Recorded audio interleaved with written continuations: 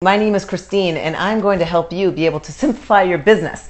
I create systems for people to be able to really effectively get a lot of action and activity happening in their business. And I do that by surrounding simple systems around the core activity that you have going on in your business. And really create a paint by numbers Cliff Notes version. Pretty much, if you don't like to think too much, if you don't want to have to figure out too much, and you just want someone to tell you exactly what to do, I'm that person. I'll tell you exactly what to do. I'm going to talk about some of the mistakes that many leaders do with their teams, and this is the one big must-do activity. I'm going to be talking about that will get your team moving in bigger, faster motions, having more success, creating more volume. And I used to be a trainer for the formats, a workout format called Turbo Kick, Pyo, Hip Hop Hustle, and it was for the formats for Chalene Johnson. If you don't follow Chalene Johnson, you have to follow Chalene Johnson.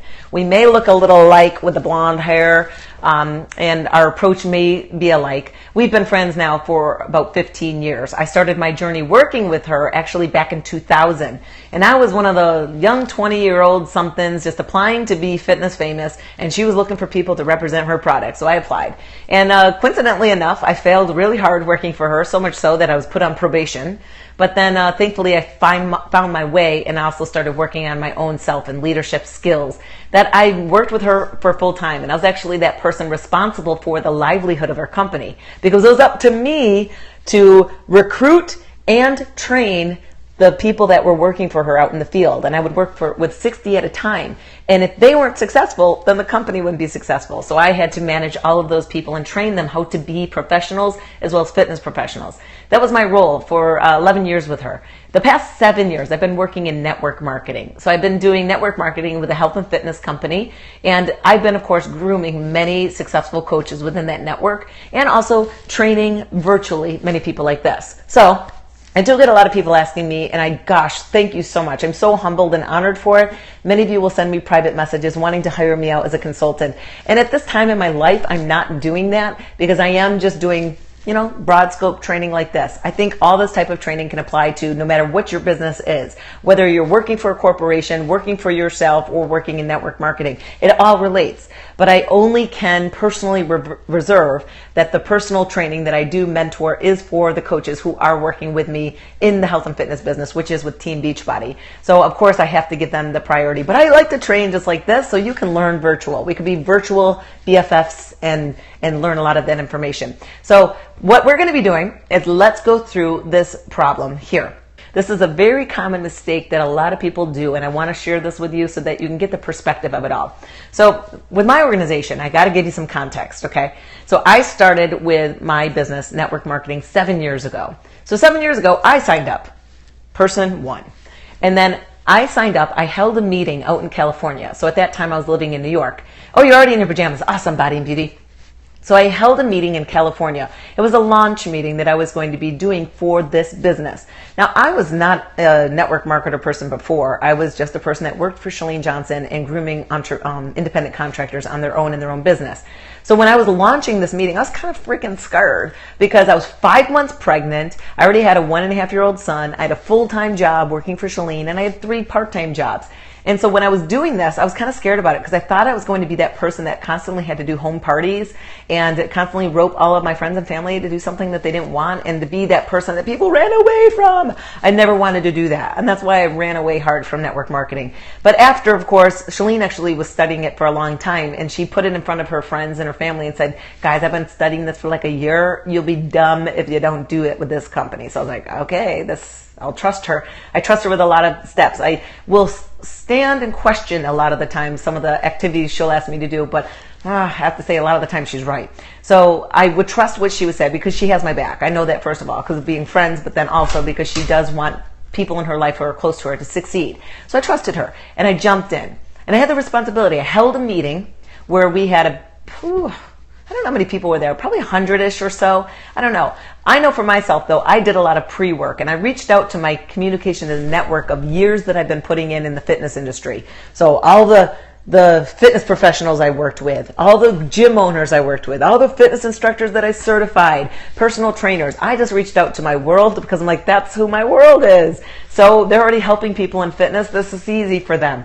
So I reached out to them and told them what I was doing, and I invited them to do it with me, and I gave them a paper application. So on day one, when I signed up on May 31st of 2008, but on June 2nd and June 3rd, I handed in all the applications that I collected, but then also all the ones that they also collected, because I had them do the same thing. So on day one, we had a team of 206 people. That's how many people we started off on day one. And now, 7 years later, it's 163,000 large. That is pretty sweet. Pretty scary, pretty sweet. So now think about that number. Can you put in your mind, let's put it into a scope now of where you might be able to think about this. A lot of the times when people are building their business, they're in a small capacity right now. They've got a handful of people. You can pay attention to what a handful of people does, right? You can be like, hey, Susie. Hey, Jim. Oh, Bobby, how you doing today? Oh, hey, John.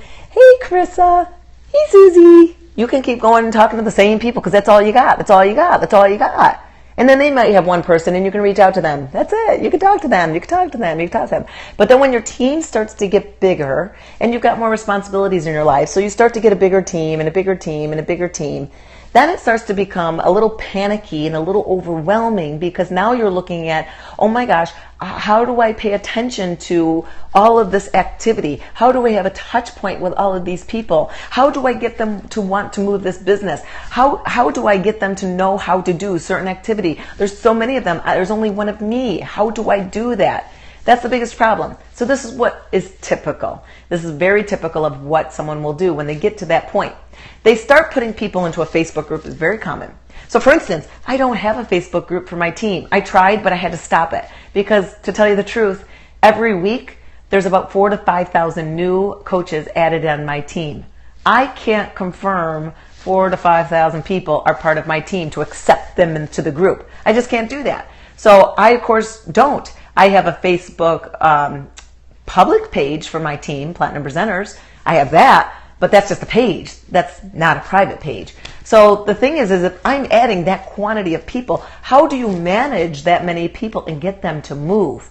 The mistake many people do is they put them into this cattle crowd area. I always envision this. I once worked in, that was my life. I used to work in medical sales and applications, digital x-ray equipment. And I can always recall flying into San Diego, California, and then driving out towards Yuma. I don't even know what the town was called, but it was out in a desert town where a prison was. Because I had to go to this prison that was in between San Diego and Yuma. And in this prison, I had to do an installation for the x-ray equipment. And while I was driving to this prison, I would pass those cattle areas, where they're meant for slaughter, of course, and they're just jammed in. They can't move. They're just stacked in. It's what many entrepreneurs and coaches do to their team is they start putting people into this one collective area and they start speaking and training everybody all together. That's a bad mistake. It's fine to have a community. So sure, put people in because this is what I do. And again, I could be completely wrong, but this is what's been working for me, and I'm a multimillionaire in less than 7 years, so I think it's been working. And I have 22 millionaires on my team. 10 of them are ones that have personally worked with me. So 19 of them are millionaires, 3 are multimillionaires. Now, the thing is again, I'm always learning. I'm not perfect, but this is what's working now, okay? So what I do is I have a Facebook group just for the personal coaches that are working directly with me. For my thought process of it all is they need to have a direct contact point to mama. They can't be lost in the 163,000 people. I need to have them in one area where I could speak directly to them. So no one else gets added into that group. That's where I can give them attention right in here. But this is still a problem. So no matter if you have a group of your people that you are really working with only for you, but then you can also have the secondary one that's just for your team and downline as it grows. But you've got to project 100,000 people. It's painfully hard. You can't manage it. It's going to be out of control. It's going to be so out of control. Again, you have to look at yourself down the line as a huge success. You can't just look at the immediate gratification and where you are right now when you're making business decisions. So now, this is what a typical entrepreneur does to manage a team and to motivate a team. They will create content. They will create video training and they'll put it in the Facebook group. They'll mass email it out to people and say, hey, watch all this and this will teach you how to do recruiting. Hey guys, we're all going to be doing this promotion and this challenge for the month of September. Who wants in? Everybody. So you basically speak to everyone all the time. That's a huge mistake. The reason why your team won't work is because they can hide. They can hide because you're not talking to them. Think about your own behavior. If you are in, if you are in a group, you're in a room, there's like 50 people in this room, and someone at the front of the room says, all right, who wants to come up and volunteer to test out this risky product? People are just going to sit there. They're not going to volunteer. But if that person comes up to them and says, hey, will you? You kind of feel like, okay, because you're directly speaking to that person. So the problem why people aren't having that success is because they're talking collectively as a group to their team too much.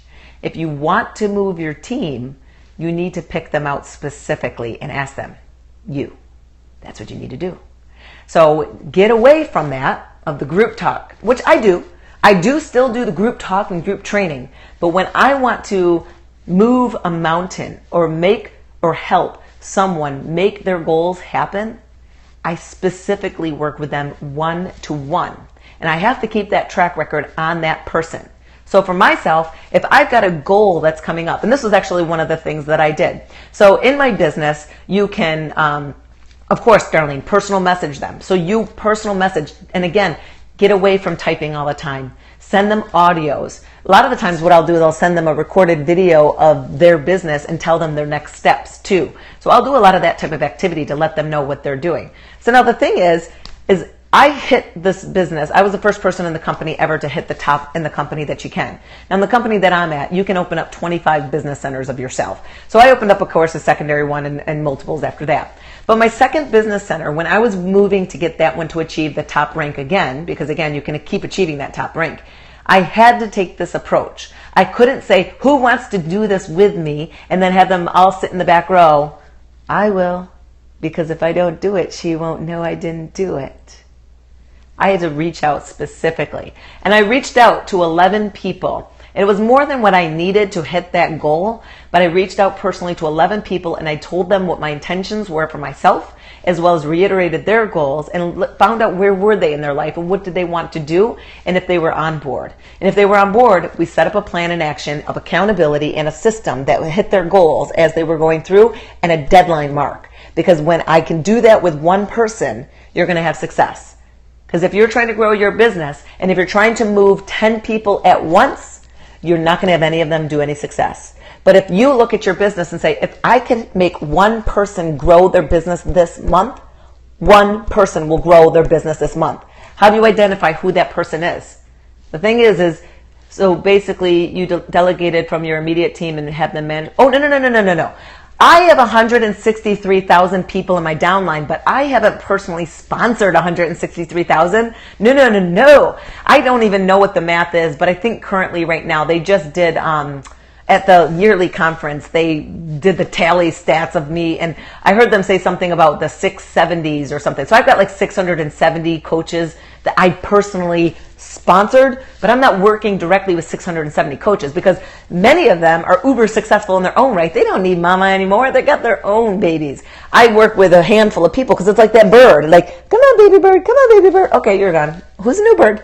Like, you're constantly getting new birds. So no, I don't personally train 163 people. I'd be like, Dad, I couldn't do that. My life would not be living. I couldn't do that. I work directly with the people who are directly sponsored with me. And I train in this capacity. So for instance, I just created another training video that goes in my training portal for my organization. So I put it in there, they just plug in. That's it. But I personally work with my coaches, okay? So again, reaching out specifically, and the more you can do that is where you're going to be able to move more people effectively per month. Because if you look at your business and if you want it to grow, then you have to look at how many people can I personally reach out to that can actually make action. If I had 1 to 2 people move this month, tell me, if you had 1 or 2 people hit a milestone goal in their business, be it hitting a rank level or making a certain achievement in sales, hitting a quota. If you had that 1 or 2 people per month, would that then move your business? Saying is too many times people are trying to move too much at once, all collectively, just shouting out to no one. Shouting out to no one. When you're shouting out to no one, that's when there's no success. It's about specifically picking people up. Now, here's a question I want to make sure is that you don't try to do this with everyone. So I know that there's a lot of you guys that are in the business that I'm in, and just to let you know, I'm not personally training you for that business. I'm personally training every entrepreneur because what I'm teaching you works for every business. So I know a lot of you guys are using terminology that relates exactly to our business, and I just want to make sure that was clear that I'm not training that in this business. I'm training every business. So now, how do you identify then the people that you should be working for? Well, that is a completely different scope, and we can talk about that later. But just in a nutshell, you want to make sure that you are working with the people that prove that they are doing what they said they're going to do. And the quick, easy way that you can do that is by getting them started, giving them some assignment. So some small assignment, something that is kind of like insanely stupid, silly, that it's kind of impossible for them not to do. I know it sounds crazy to do that, but do it. Because you're going to be shocked at how many don't, as well as how many of them wait to the last second to do it. This is actually a technique that I pay attention to. So for instance, I'm going to tell you something. I run, and I talk about it all the time, a quarterly program called the 30-Day Business Boot Camp. Currently, right now, it's only available for people to apply who are in my team, in my organization. And I will be, hopefully at the new year, launching this as a product that anybody could use. It would be for any business. But I pay attention to when people do something because procrastination tells a story. So here's the problem. So someone will get accepted. They have to pay $30 to be a part of it. The $30, I'm not pocketing that because the $30 actually goes towards the services that I have to pay to support the products or the training materials that they're using, but they also get a t-shirt at the end if they complete it. So the $30 actually goes back to them. I don't make the money off of it. But the $30 is a commitment and investment. I pay attention to who waits to the last second to do it because that tells me a story about that person. Because I give them full warning of when is your name going to show up, of when you're who got accepted. It's like cheerleading tryouts. I don't know if you guys did any tryout where that was going to have your name listed on the board and you went over to see if your number was there. I remember, you were there. You were there. When they said the paper's going to be going up Monday at noon, you were there at Monday at 9. You were waiting for it to go up. So when I tell people, Monday, I'm going to post who was accepted, and I accept 50 people because hundreds of people apply every quarter. But I choose people specifically by certain terms, and I'm not going to go into that now. So when I select the 50, I tell them, I'm putting your name up on this page on Monday. And you have until Wednesday night at 6 o'clock to complete the action. And that action is submitting that payment. So they got 2 full days to do it. You want to know? I pay attention who waits to that last second. And you want to know something else? You know how many people send me begging emails after they missed the deadline? Oh my gosh, I was out camping and we don't have internet anymore. We got rid of internet, and I was flying a plane around the world for 3 full days. They make up so many excuses, and I can't make any exception. I don't care if it is a heartbreaking story. I mean, I do care, but I can't say, okay, that sounds valid. Because how can I equate which one is valid more than another? So rules are rules with me. Rules are rules with me. Especially when you're going to get my personal time to mentor you. Seriously. That's the way I look at it. And I'm not being cocky about it, but I'm being cocky about it because I've proven that I have success. So if I'm going to give up my time to train people who do not directly affect me, you better freaking come up with the details of what you should be doing. You should be paying attention. Procrastination is one of the worst things. So that is one area that you could pay attention to when you're identifying people of who you should be working with. If you give them a super simple assignment and they wait to the very last second to complete it, or they don't complete it on the timeline that you said, they're not serious. You got to test them again. Give them something else. Give them a different deadline. If they're not following through, that person's not wanting it. They don't want it. You're wasting your time with that person. That's dragging a dead horse. You don't want to do that. And I do have my conference, and if you are a part of my organization, my conference is the Platinum Edge, and that is November 13th through the 15th. So if you are part of my team and my organization, you of course can register for it, and you can spend time with Shalene Johnson, because she's going to be there teaching on stage a couple times. Make sure you share this. Thanks for the love as well. You're super kind. Bye. Have a good night.